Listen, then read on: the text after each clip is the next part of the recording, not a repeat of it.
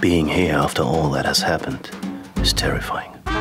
We're looking after a German aeronautical engineer and his daughter. That's all we're doing here. We both, I'm sure, remember how it was before the First War. Oh, yes. I will not work for the British government. There is nothing I won't do to make you cooperate. Well, you know, it's a funny thing about this hotel, isn't it? I hear the army's using it. Is that you? Oh, don't worry. I won't tell anybody. Some people want to protect themselves against blame in the face of everything. I was never involved in ordering executions. He has lied to you all the time about everything. Only a year ago, crimes were being committed.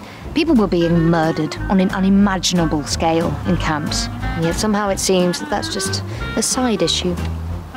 Not remotely as serious as beating the Russians or getting ahead of the Americans. Those are the only things that count now. That's shocking, isn't it?